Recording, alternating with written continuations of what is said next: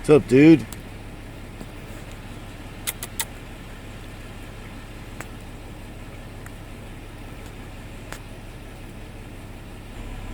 We'll go back to enjoying your water hole.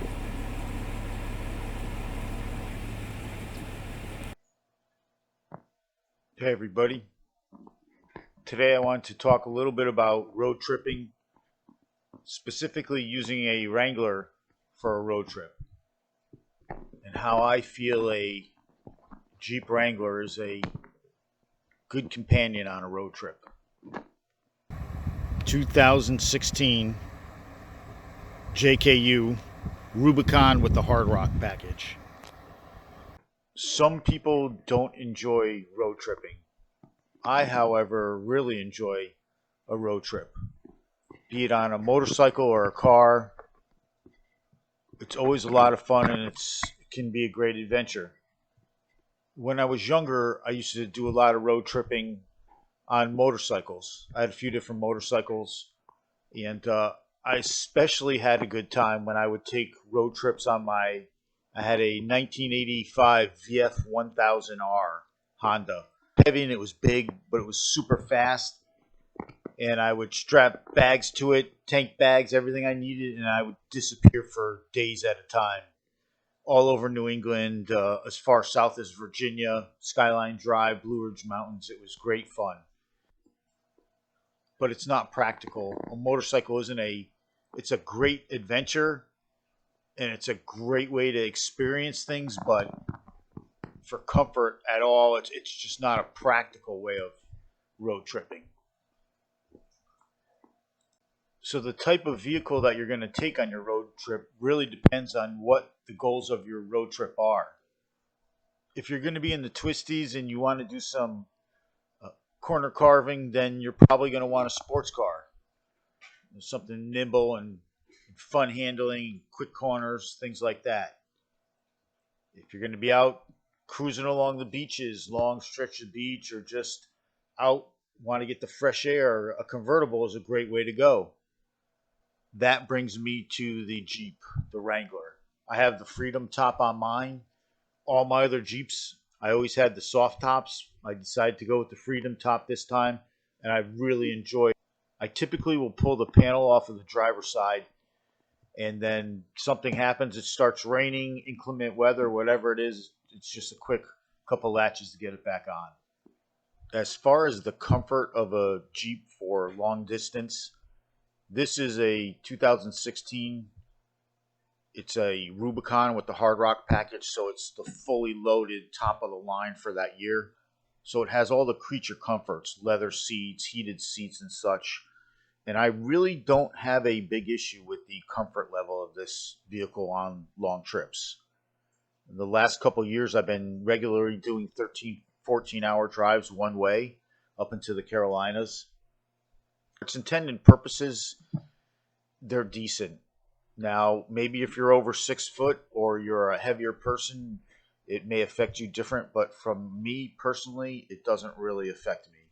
Now, I am not prone to backaches, muscle aches, and things like that. So, everybody's going to be different. But I don't have an issue with the comfort level of it while I'm driving long distances. My vehicle currently has about 55,000 miles on it.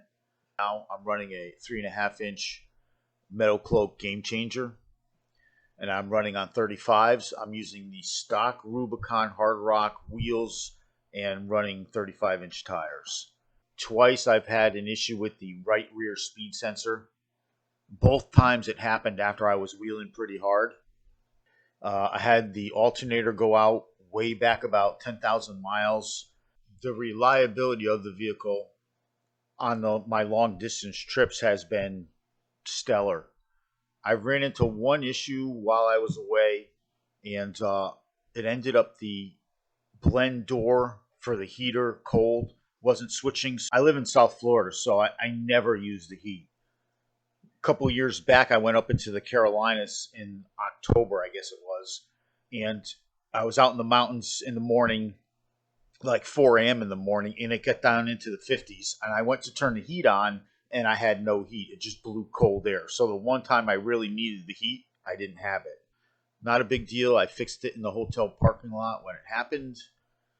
And that's really been the only issue that I've had long distance driving. Sunrise on the Blue Ridge Parkway. The vehicle has been extremely reliable. And when I'm on the highway, it's getting hammered. I mean, you're trying to keep up with traffic that's doing 75, 80, and, doesn't complain. Now, I'm religious about the maintenance of the vehicle, changing the fluids and such, so I do take good care of it. But the thing has been off road, and the very first day that I bought this vehicle, I hammered it off road down in the Everglades. So it's not like it's had an easy life, but it's holding up very well.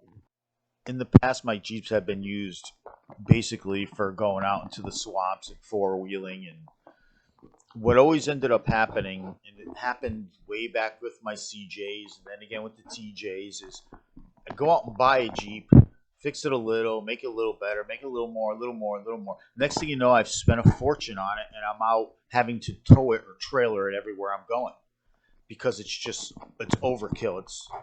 It's become a useless vehicle. This one, I've decided right from the start, I'm going to be dropping a lot of money on a new vehicle, which I never do.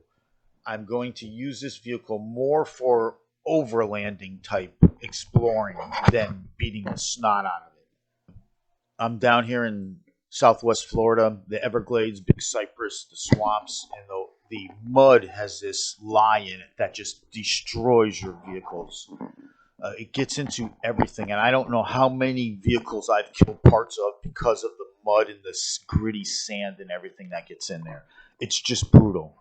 The lye in the water will just etch into your metal. If you don't get it off there in a couple of days, it's going to start turning everything white. It just destroys vehicles, so you really have to be mindful of where you're going and what you're doing. Has this thing been out in the swamps? Yes.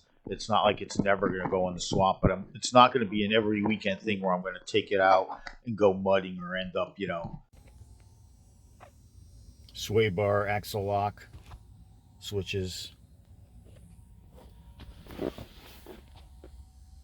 center stack. So we've got the heated seats, traction control off, hill descent, the emergency switch, this 110 volt outlet controls this right here.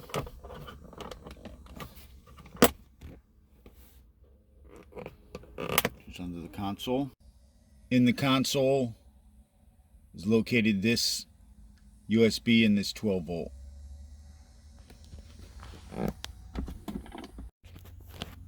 The AC controls. Been a great. The back of the Jeep with the all-weather subwoofer, which is phenomenal sounding. So under this pad here, do this latch, and then better shot of the speaker, or the subwoofer rather. And then you've got the tray to hold all the bolts.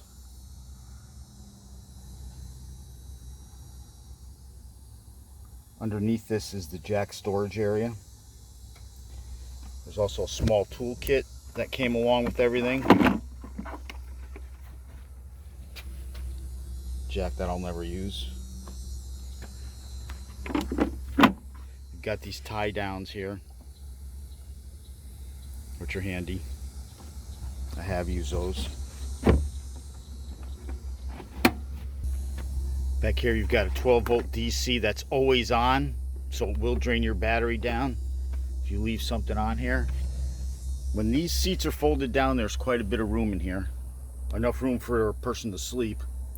Using a Wrangler for road tripping. It's got good visibility. It's good in inclement weather. It can be used either as a hardtop or as a convertible. You can go topless in it if needed. and depending on which type of Wrangler you're using, you can sleep in it.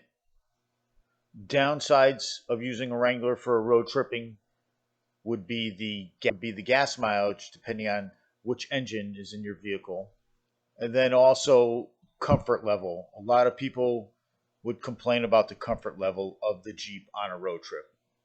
As I stated earlier, it's not an issue for me, but for many people it is. And here we are.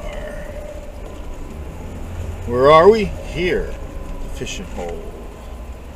You don't even know it's there. But I do. Here it is. It's hiding right there.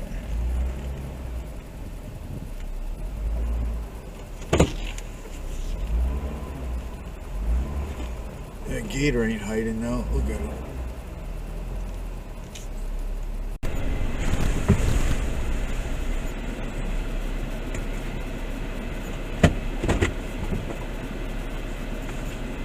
Good thing I looked down. This dude got run over.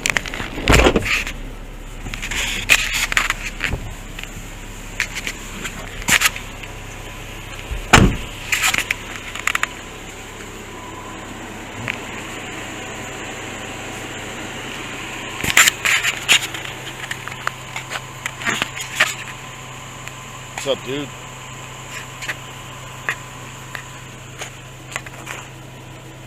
What's up?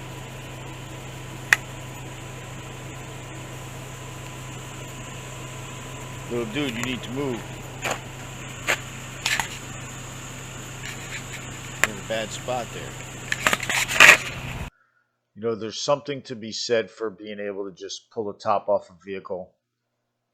And when you're cruising through the mountains, some mountain passes or down in some valleys and some forests, it's great to be able to just look up above you and see the trees and the sun and the clouds, and takes the experience to the next level when you have the top off your vehicle. And a Jeep is a great way to enjoy a vacation, a drive. So the next time you're going to be taking a road trip, think about taking your Wrangler. It'll give you some options that you may not have in another vehicle.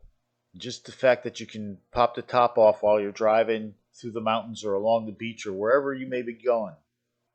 It's great to see the world, and it's better when the top is off the car.